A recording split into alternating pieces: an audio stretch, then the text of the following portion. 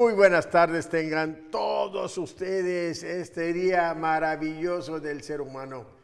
Tengan una excelente Nochebuena. Saludamos del canal 35 a todos nuestros amigos de aquí que sintonizan TV UJAT. Les deseamos una hermosísima Nochebuena y una Navidad única y familiar. Igual a todos los que van manejando en su coche y nos van escuchando. Mucho cuidado. Hoy las calles, las carreteras se llenan porque salen de Villahermosa a visitar familiares. Les deseamos la mejor de las noches a estas familias, todas las familias tabasqueñas, a nuestras amistades, a nuestros amigos, a nuestros familiares, a nuestra familia. Antes de comenzar con el programa, permítame aquí presentar a mis amigos en esta hermosísima Nochebuena. Dardo Bolívar. Adelante, amigo. Buenas tardes, amigo José Juan. Gildardo, hay plaza que no se cumpla, ¿no? Claro. Y hoy es la Nochebuena, mañana la Navidad. Esperamos que esta noche sea de felicidad en su hogar y mañana Navidad. Gildardo. Bueno, como todos los martes, a esta hora de 5 a 6 y en este espacio de nuestra División de Ciencias Económicas Administrativas, coyunturalmente, bueno, el programa cae en este día tan especial.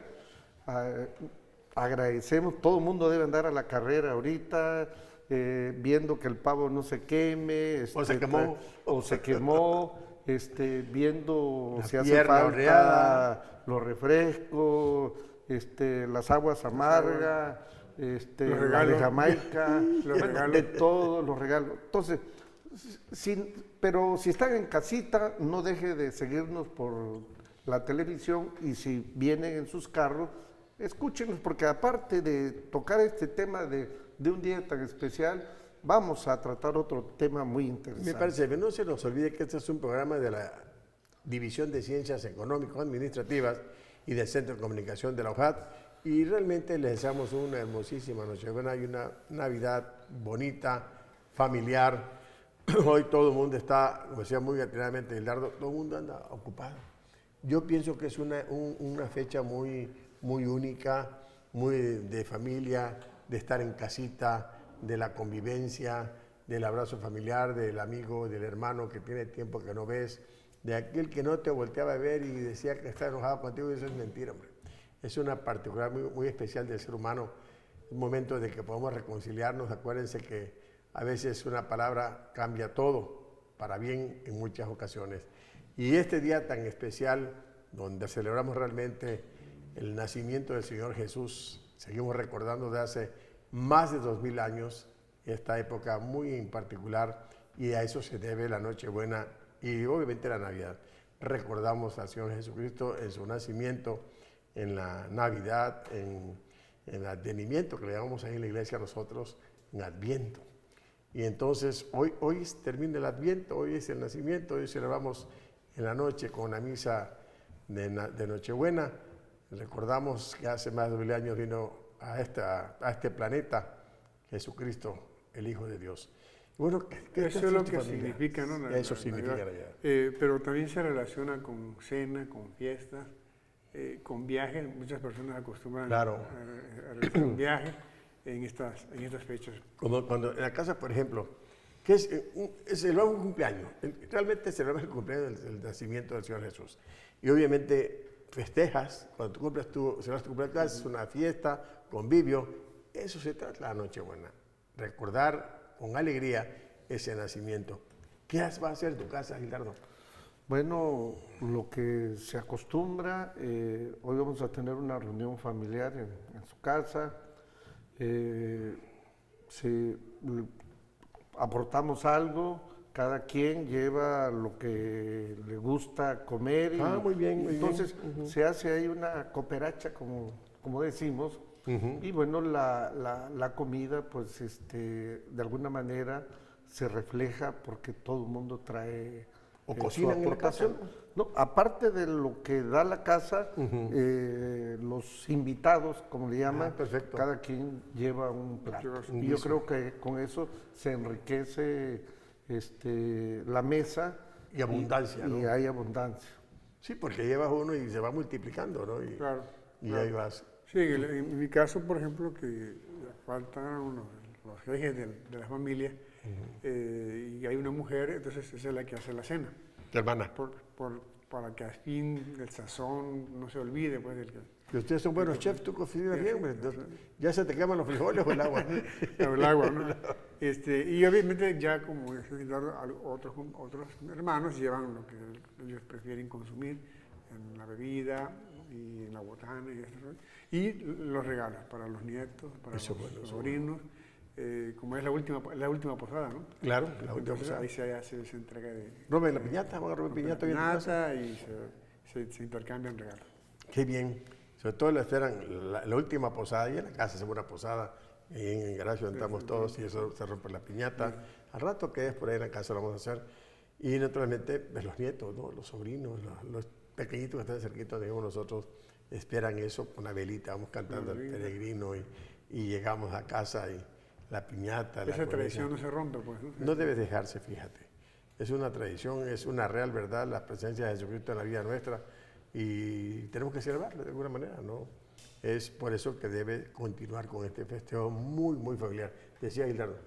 Bueno, yo creo que independientemente de esa convivencia familiar que se da en esta fecha, en este día, yo creo que debe ser un día de reflexión, un día no nada más de fiesta, de convivencia, sino reflexionar con relación a nuestro entorno familiar, en relación a nuestro entorno de amistades y en relación a nuestro entorno con nuestros vecinos, con la sociedad.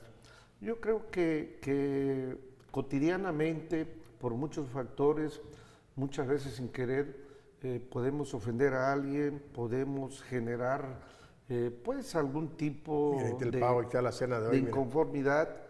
Y yo creo que este día es bueno para reflexionar en ese sentido y buscarlo para volvernos más humanos, más sociables y de esa manera tener una mejor convivencia, no solamente a nivel familiar, sino insisto, con nuestros vecinos, con nuestros semejantes y con la sociedad en general.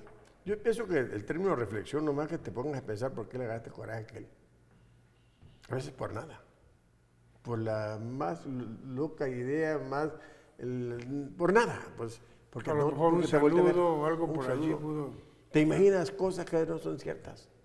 Y le agarraste coraje a ese pobre vecino. O esa persona con la que te vas muy bien. Y yo creo que hay que empezar a reconciliarnos. Ya no estamos tiernitos nosotros, por lo menos, ¿no? Y ya tenemos menos días que antes. Y yo creo que por ahí debemos ir recomponiendo esa parte. Es un día muy importante, porque inclusive cuando están en guerra, cuando están en pleito algunos países, unas sociedades, llegan en este momento de la Navidad para parar un poquito, ¿no? Hay historias muy importantes de las guerras que veo en el planeta. Y no entiendo esa parte. Se cantan, se lloran, suspenden, no se dejan de echar balazos, el 24 para el 25, se abrazan, se besan, pasando bien, siguen otra vez echándose balazos. Yo creo que hay esa parte que uno tiene que trabajar. Somos un solo. Creo que debe ser al interior, ¿no? Mira, muchas veces puede ser las conductas, ¿no? O sea, por ejemplo, todos tenemos defectos, de alguna u otra manera tratamos de corregirlo, pero esa noche podría ser así para poder reflexionar sobre mi actitud, ¿no? O sea, puede ser esa parte cambiante, ¿no? O promesas que también se hacen. También, ¿no? Esa parte, ¿no? Pero básicamente yo lo veo a nivel familiar, pues, porque si tú observas, dan las 12, dan las campanadas, dan esto, aquello, y cada familia está en su entorno, ¿no? En su entorno. Pero sí vale la pena hacer esa reflexión entonces, ¿no? Sí, es necesario. Sí, pero no limitarlo a nivel familiar. Es bueno reconciliarse con la familia, con los hermanos, con los tíos, con los sobrinos, con todos, o sea, con toda la familia. Pero ¿cuántas veces al vecino de al lado o al de enfrente, porque el perrito salió, o porque llegaste y tocaron el claxon a una hora inapropiada, o por cualquier detallito, sencillamente se pierde la comunicación, se pierde la relación humana de familias que viven en la misma esquina, que viven en la misma cuadra, que viven en el mismo lugar.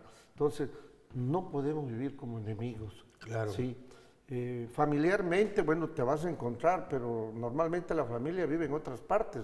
Pero en tu entorno donde estás viviendo, muchas insignificancias, muchas tonterías, vamos a llamarle así, genera una discordia que creo que sí tenemos que reflexionar seriamente y decir, bueno, ¿por qué vivir así? ¿Por qué estar y buscar el acercamiento, el saludo, o cuando uno va a algún lugar y dar los buenos días, dar las buenas tardes, saludar a la gente? No necesariamente tiene que ser un conocido, sino que se vea que existe, no tanto que le llama que seas muy educado.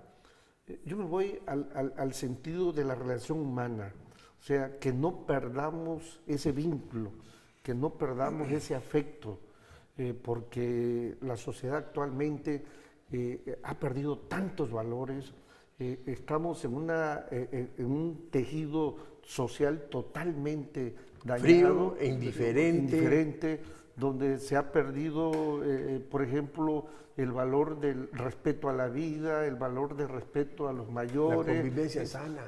O sea, todo lo que implica la convivencia sana, eso se ha perdido. Debemos luchar por rescatarlo. Yo creo que sí hay que conservarla, y ese es un buen momento para estas pláticas en la cena, en la familia.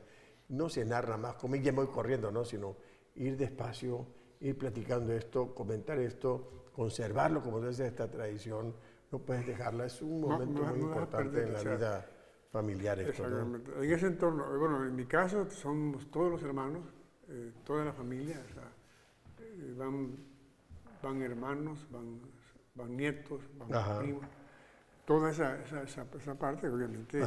Ahí, como dice él, bueno, vive en otra parte, pero es la manera en la cual podemos convivir y mutuamente puede retroalimentarnos. Yo creo que esa parte es importante y hay que rescatarla, y seguimos platicando alrededor del corte, ¿te parece? Feliz Nochebuena.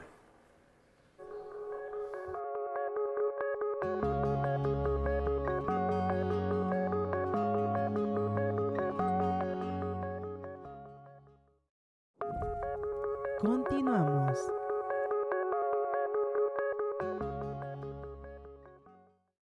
Bueno, estamos platicando en esta tarde, que es posteriormente la noche especial, la Nochebuena, este tema precisamente que tiene que ver con la vida del ser humano, esa vida que tiene al recordar el nacimiento del Señor Jesús en esta Nochebuena, que mañana será Navidad.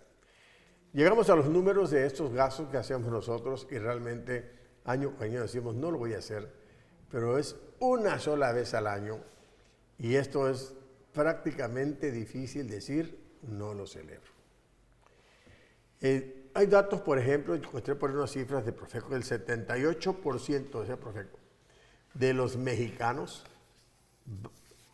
va a destinar entre el 34 y 48% de sus ingresos finales de fin de año, de ese presupuesto familiar o personal, para estos gastos de estas fiestas de Nochebuena y Navidad y de Año Nuevo.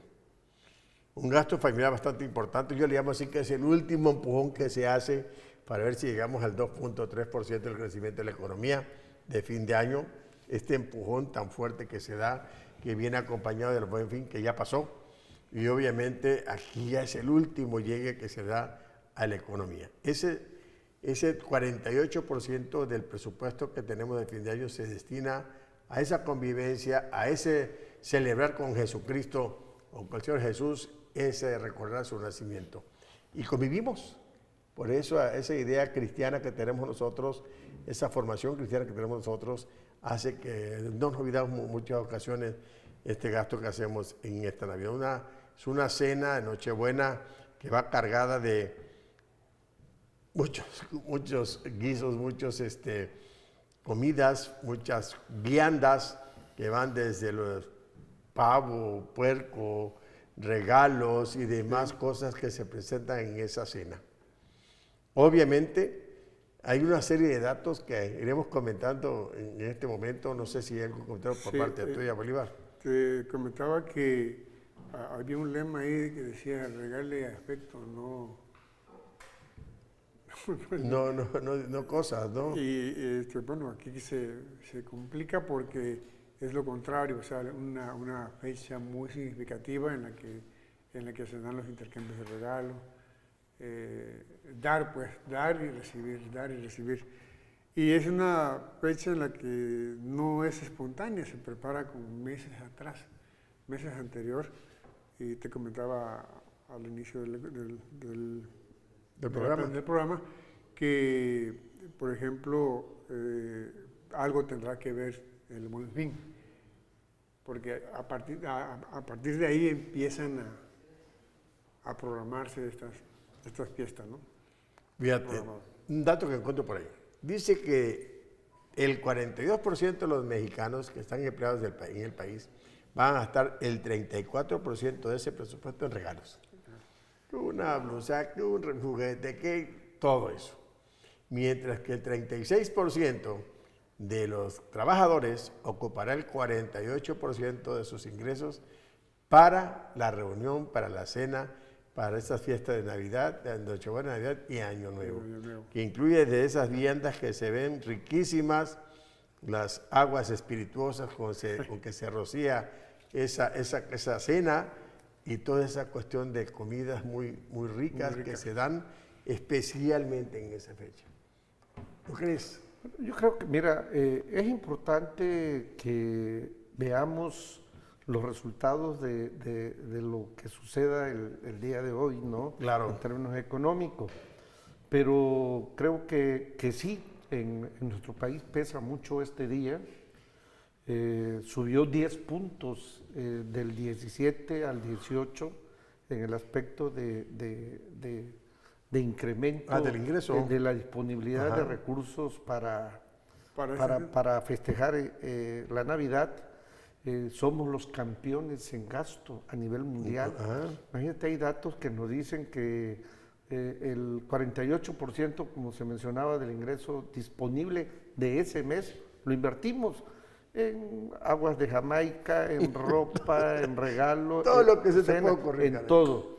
Y estamos por encima, por ejemplo, de Brasil, que ellos invierten el 38%, o Rumania el 29%, o Bulgaria el 25%, o el Reino Unido el 23%, pero, por ejemplo, Finlandia un 11%, Noruega un 14%, países como Suecia pero un 15%. Aunque invierten ese poco, invierten. Sí, pero a lo que vamos, tenemos, o sea, es una gran demanda, es un jalón al consumo esta fecha. Valdría la pena si podríamos comparar cuál es cuando tengamos estos datos de Navidad, la derrama con el del Buen Fin, ¿no? que de alguna manera... El Buen Fin fueron 118 millones, casi 120 mil millones de pesos. Sí, 120 millones. Por eso, ver el comparativo... ¿Cuál es el apalancamiento? Porque estas fiestas no se hacen de la noche a la mañana, tienen una preparación de meses atrás. Entonces podría ser que el Buen Fin tenga... Ya tienes tu pavito ahí engordadito, tu puerquito. Sí, porque ya la preparaste, ya le diste cuello. Pero ya que compras otras cosas, porque para la temporada del Buen Fin, que dieron una lana antes a los trabajadores, le dieron un porcentaje, compraron y guardaron, pero no te mides en esta temporada. Sí, o sea, bueno, como dice Gerardo, o sea, valdría la pena ver qué significancia tuvo el Buen Fin en el consumo de diciembre. Claro. Comparado con esto y qué porcentaje influyó para incrementar comentaremos el después de Producto Reyes Interno en bruto. Sí, pero el gran perdedor son los Reyes Magos. Y ahí llegan con la cuesta de... Muy buenos, son los que dan esos regalos maravillosos a nuestros hijos, a nuestros nietos. Ya llegan todos. Tienen que recorrer todo el planeta, hermano. Y Santa Claus viene del norte, ¿no? No viene en su carro, ni esto viene a caballo, en camello. No, y acá aquello no. Caballo, trineo y un burrito, ¿no? Un elefante.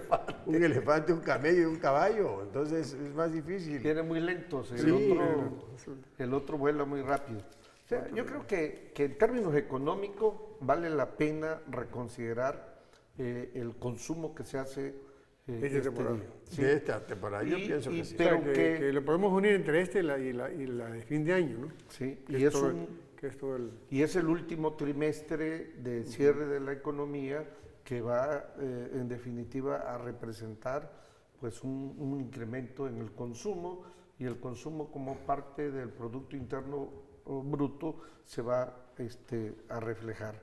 Pero que este consumo, que este gasto, que de alguna manera son relaciones un poco cosificadas, aspectos de carácter material, que no se rompa lo que habíamos comentado anteriormente, que el afecto, que la parte social, que la parte humana no se consiga o no se vea impedida o obstaculizada porque no haya de por medio un regalo, no haya de por medio un bien material. Yo creo que la convivencia es lo más importante, la convivencia en el sentido de buscar lo humano, ¿no? Y además, la empatía que debemos tener, ¿no? Porque a veces no conoces a tu vecino, ¿no?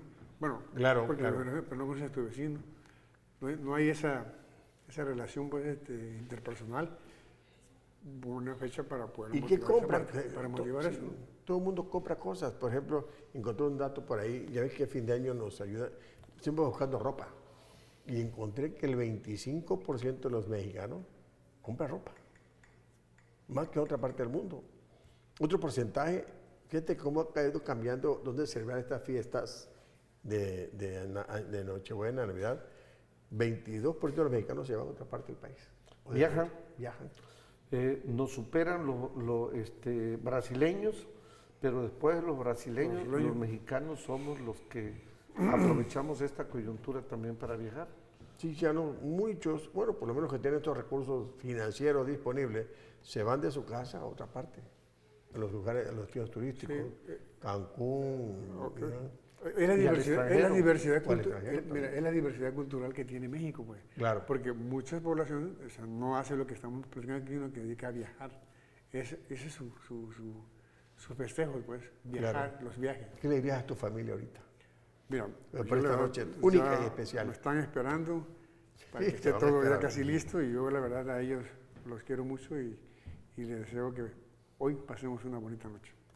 Perfecto. ¿Tú qué le das a tu familia hoy? Yo se lo digo todos los días. Por eso, pero hoy que lo que le digo todos los días, que hay que convivir, que hay que atender las cosas, que hay que platicar, que hay que escucharnos, que hay que resolver de la mejor manera todas las situaciones, que somos seres humanos, que muchas veces cometemos errores, que cuando cometemos errores la mayoría de las veces es por presión inconsciente, por las actividades que uno trae, pero que pues la convivencia familiar es lo más importante, y creo que pues es una manera de refrendar el día de hoy.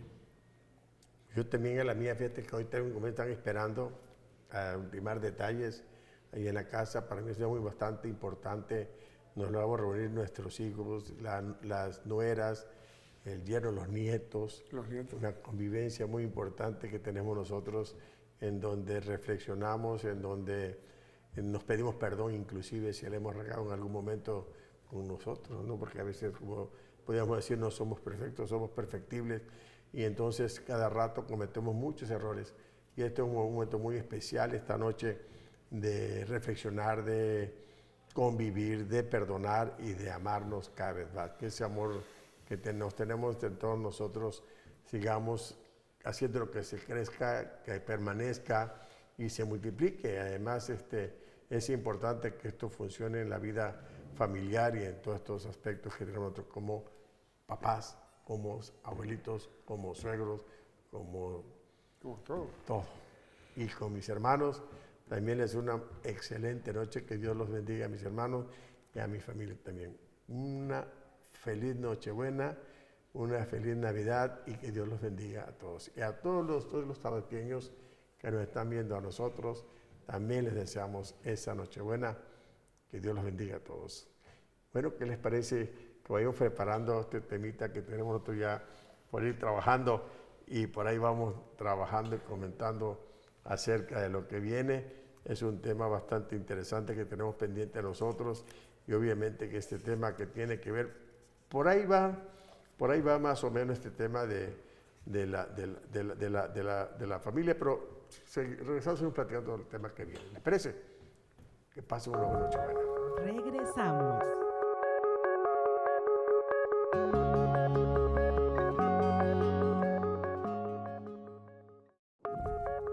Continuamos.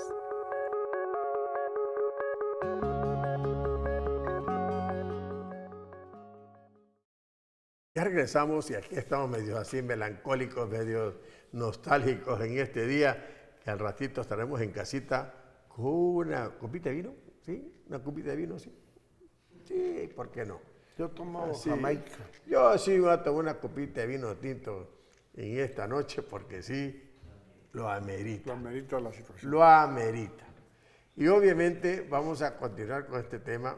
Fíjate que estamos hablando de un tema muy, muy interesante el día de hoy, que al ratito lo volvemos a cerrar, el caso de la Nochebuena Navidad, y hablar de la desigualdad del ingreso dentro de nuestro sistema económico. Qué cosa tan contradictoria en este país nuestro y en el mundo, no es más una cosa exclusiva de este país.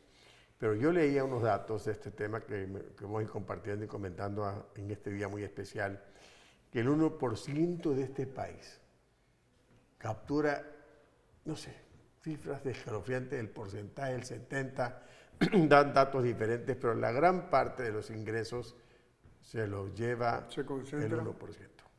Se concentra en una población del mundo. En una población pequeñísima. Mientras que todo lo demás, los ingresos más bajos, los tiene una gran mayoría. Esa desigualdad del ingreso, cómo ha lastimado, cómo ha golpeado a la sociedad, por eso vemos esos movimientos que se dan, esa forma precaria de vida que tenemos ahorita, ingresos muy escasos, muy precarios, que no alcanza para vivir. Y entonces por ahí va, en nuestro país, como en el mundo entero, el ingreso se concentra en pocas manos. Por ahí tener un dato de que en este país, el que tiene negocios, de cada 100 pesos que percibe de ganancia, solo 26 pesos destina al pago de los trabajadores y él se queda con 74 pesos. Altísimo. No corrige.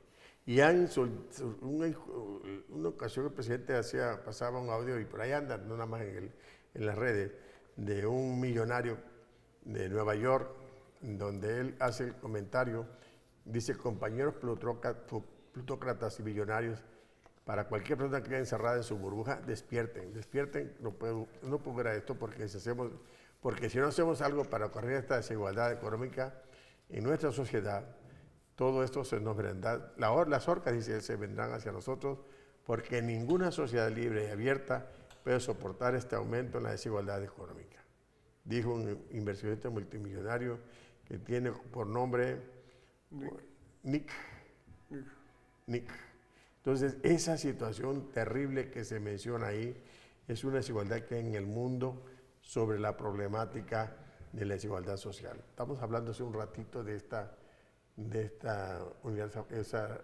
relación fraterna, Nochebuena, y muchos no tienen ni para comer el día de hoy, ni mucho menos una cena como esa. Decía Bolívar. Sí, pues quizás el término de pobreza sea muy relativo, ¿no? Porque pues puede ser alto, bajo, ¿no? Uh-huh. Pero tiene que relacionarse precisamente con el empobrecimiento. Así. La pobreza ha existido y ha estado en toda la eternidad, pero hablando de nuestros días, hay una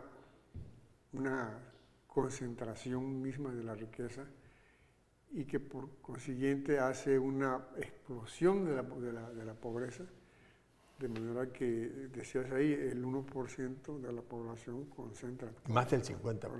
Toda la riqueza. Y la pobreza pues se va haciendo cada vez más y más, pero no en términos de pobreza, sino más allá de un empobrecimiento mismo, hasta que llega a una exclusión, un término de exclusión. Entonces la pobreza sí es un término muy complicado.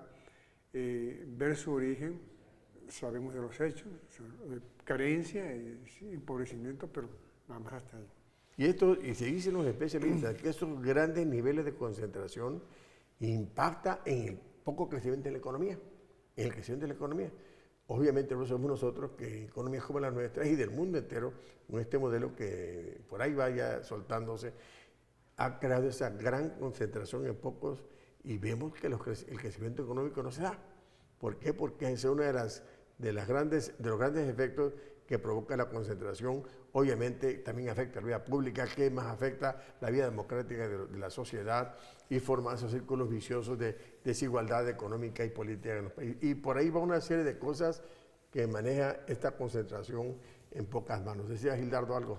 Mira, yo creo que el tema de la pobreza en nuestro país no es un tema nuevo, es un tema que ha estado a discusión, sobre todo por la metodología que se ha usado para aproximarse a su cálculo.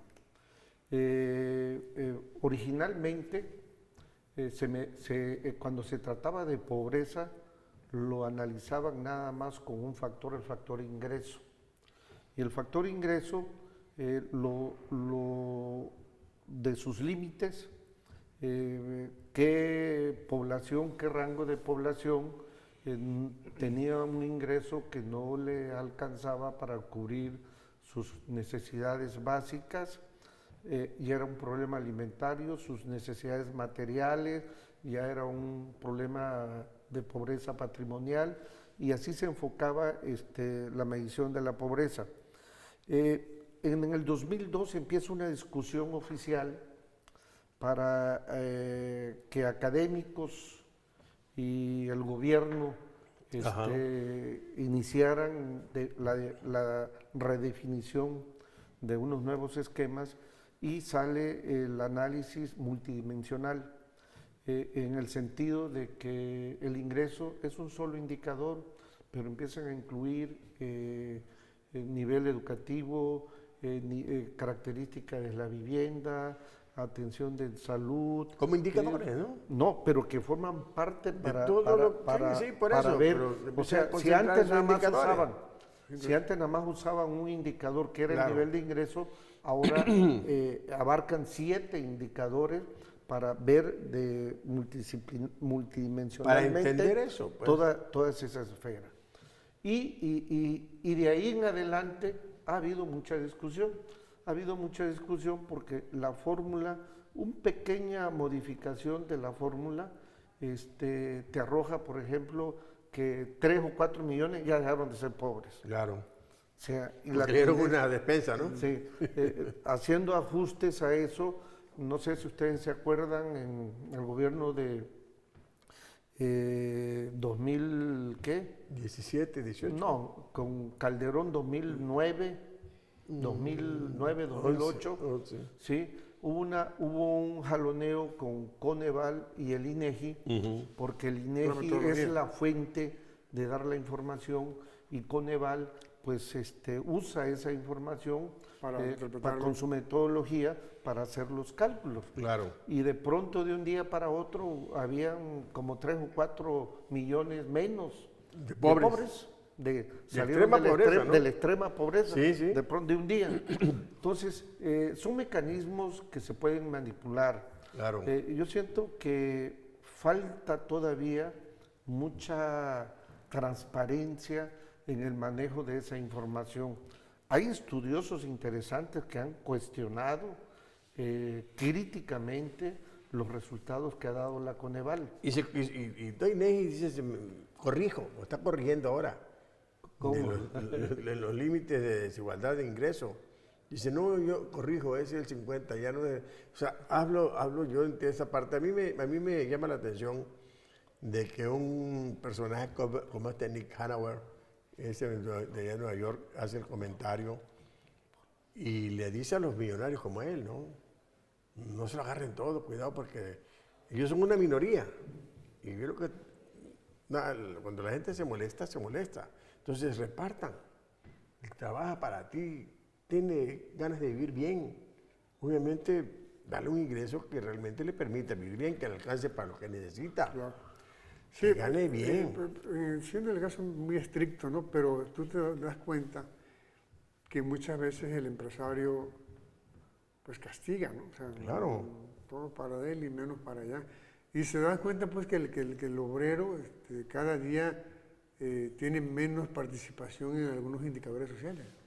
O sea, por ejemplo, si no estás empleado, si eres desempleado, no tienes derecho, estás excluido del servicio médico, por ejemplo, sí, claro. Porque no te lo, bueno, si van pagando, no te lo dan. Entonces hay cuestiones que quizás viendo en la tasa de desempleo que tenemos, pues son poblaciones que cada día se van empobreciendo, ¿no?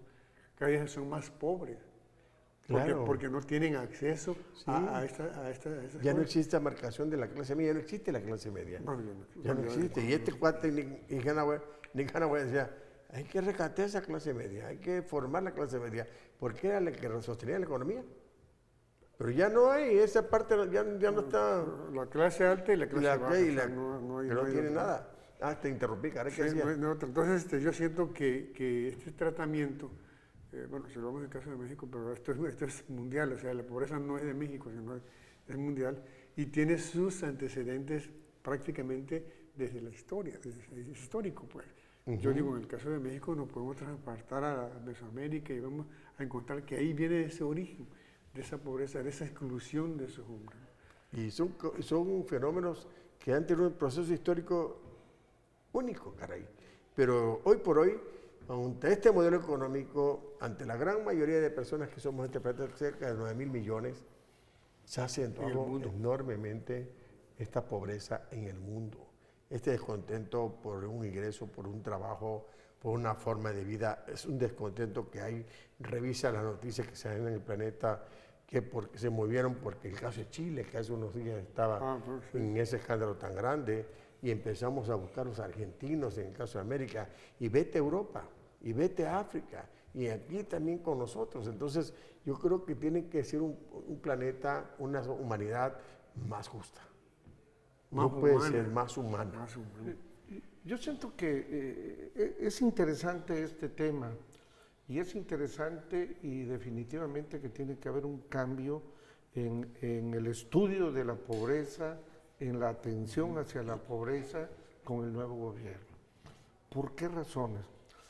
Comentaba yo, los resultados del Coneval han sido severamente cuestionados por estudiosos serios, académicos.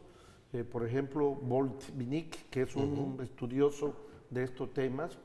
No es posible que, un ejemplo, para ver carencia de vivienda, pone Coneval que pero son datos que no podemos encontrar nosotros. No, pero lo tiene, claro. Se lo da el INEGI a Seguimos platicando al regreso, ¿te parece? Regresamos.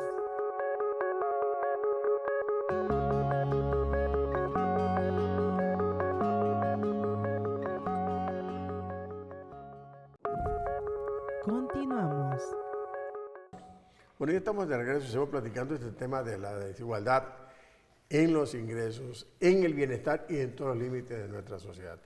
Y claro, te interrumpí un momento. Sí, comentábamos que quien traía la responsabilidad, y creo que todavía, hasta el día de hoy, así es, de estudiar, de llevar un estudio del comportamiento de la pobreza en nuestro país, es Coneval. Sin embargo, hay mucha crítica sobre su metodología, cómo calcula, que no tiene, para muchos académicos, no tiene nada que ver con la realidad, y les pongo dos ejemplos. Cuando se habla sobre vivienda, Coneval dice que en un espacio, en un cuarto, una vivienda de 2 cuartos, si viven 5 personas, pues es el límite de que están en condiciones de tener una casa. Pero esos 2 cuartos, el que se usa realmente como recámara es uno, porque el otro cuarto es sala, comedor y todo. Coneval considera que en la sala, comedor, pues ahí también pueden dormir. Entonces se cuestiona porque cómo vas a meter 5 personas en un solo cuarto, y dice que eso no está en unas condiciones la palabra correcta es, ¿cómo se llama? Cuando hay muchos... Hacinamiento, todos esos detalles.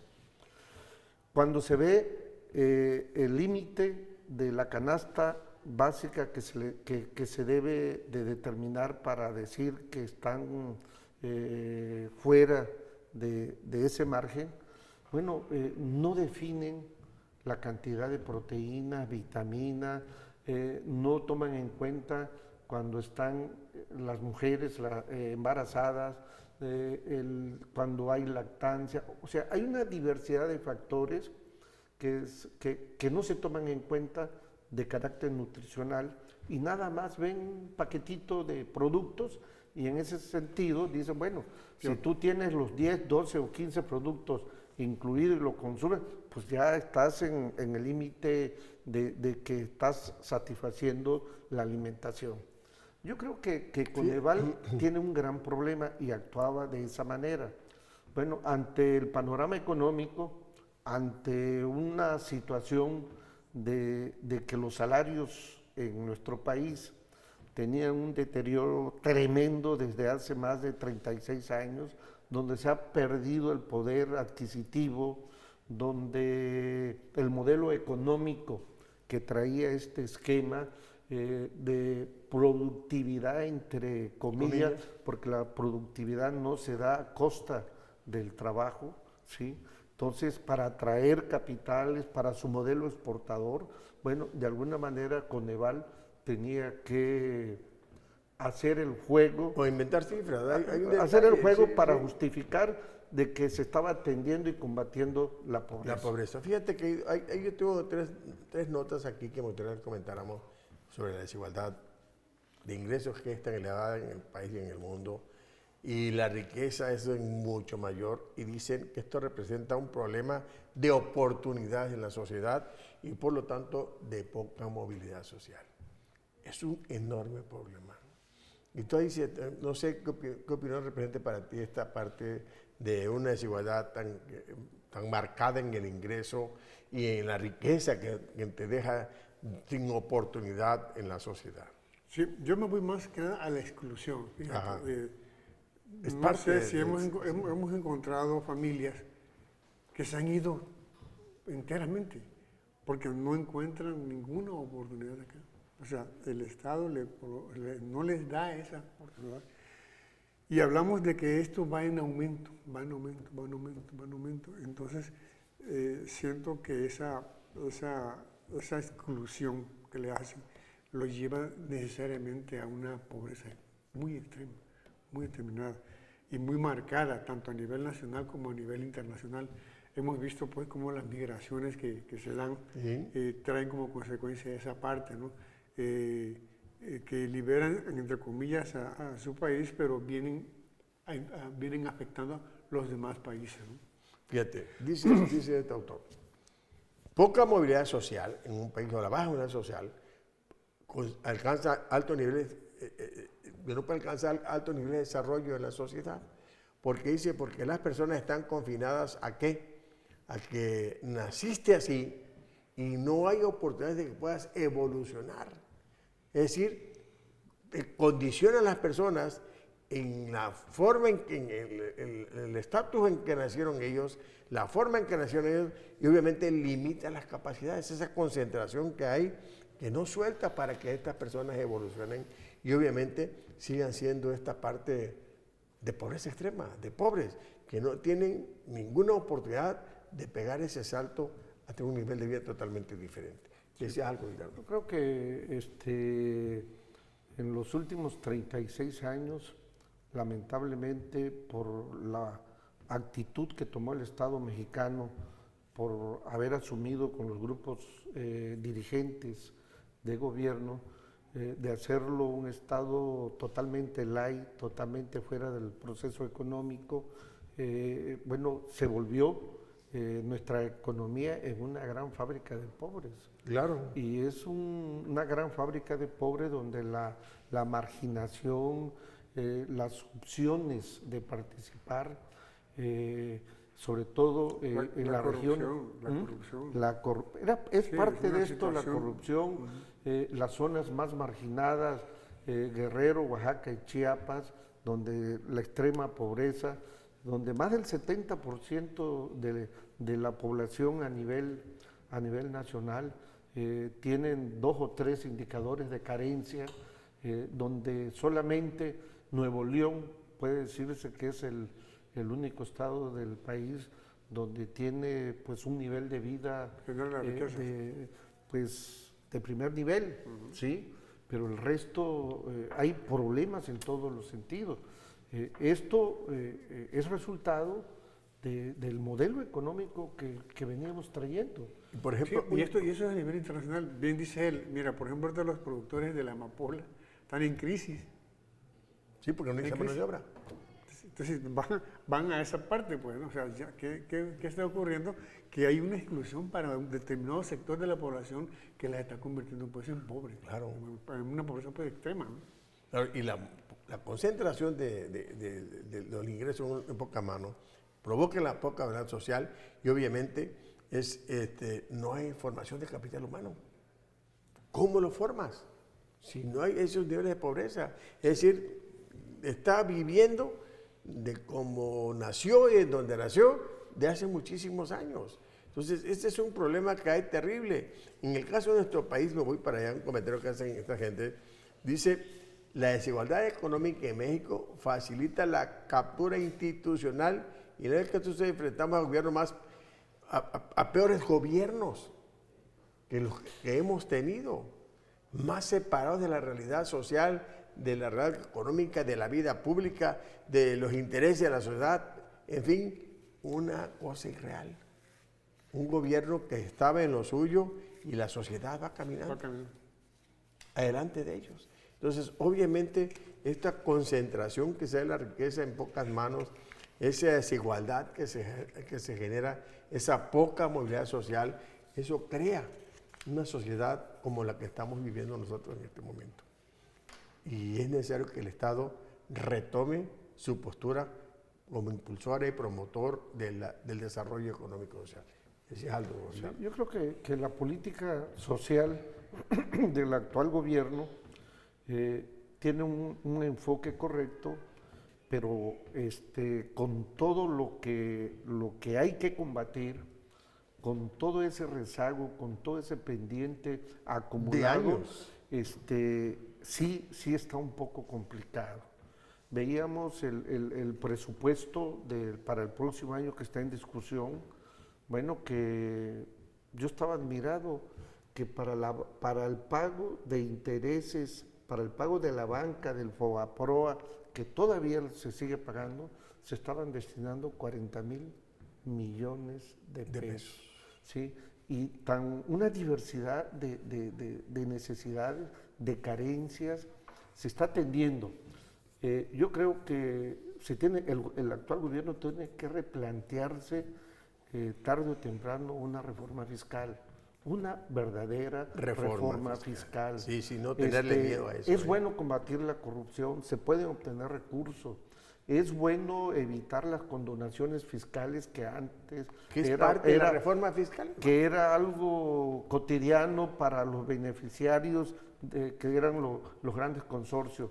Claro. Se tiene que implementar una reforma que paguen más los que ganen más, no como está actualmente todavía, que el sector de clase media baja todavía tiene en sus espaldas la carga fiscal. Oye, y tenemos que ampliar esto. Ya vamos terminando este Sí, programa. o sea, ampliar la base gravable, eso es No, otra y- de las condiciones también. Claro. Porque había unos que no pagaban impuestos, ¿no? O sea, Sí, algunas actividades que no se pagan impuestos, pero- o sea, poder irla a ampliar, creo que eso El también- abanico ampliarlo, ¿no? Pero no perdernos con la ampliación de la base, sino que los que ganen más Ah, paguen no, pues más. ese es el principio que tiene la Bueno, sí, vayamos, sí. vayamos acotando esto, vamos dándole un mensaje.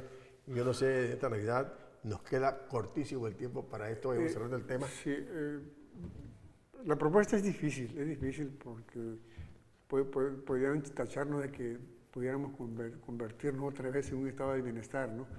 Pero no, aquí el Estado debe tener mucha participación. Yo creo que el Estado mexicano actualmente ha retomado la dirección que se debe tener para combatir la pobreza y es a través de la política social que está aplicando. Y así es. Debe evitarse esa exagerada contratación de la iglesia, del ingreso, perdón, y darle a todos lo que necesitamos. Pero ya llegamos al final del programa y realmente quiero aprovechar estos minutos que nos quedan para realmente agradecerle a todos ustedes que nos han seguido a lo largo de este año, desear una feliz Navidad, una noche buena. El año nuevo es dentro todavía, de 8 días. pero estamos ahorita, estamos celebrando esta parte de la noche Hoy es buena. Nochebuena, mañana Navidad.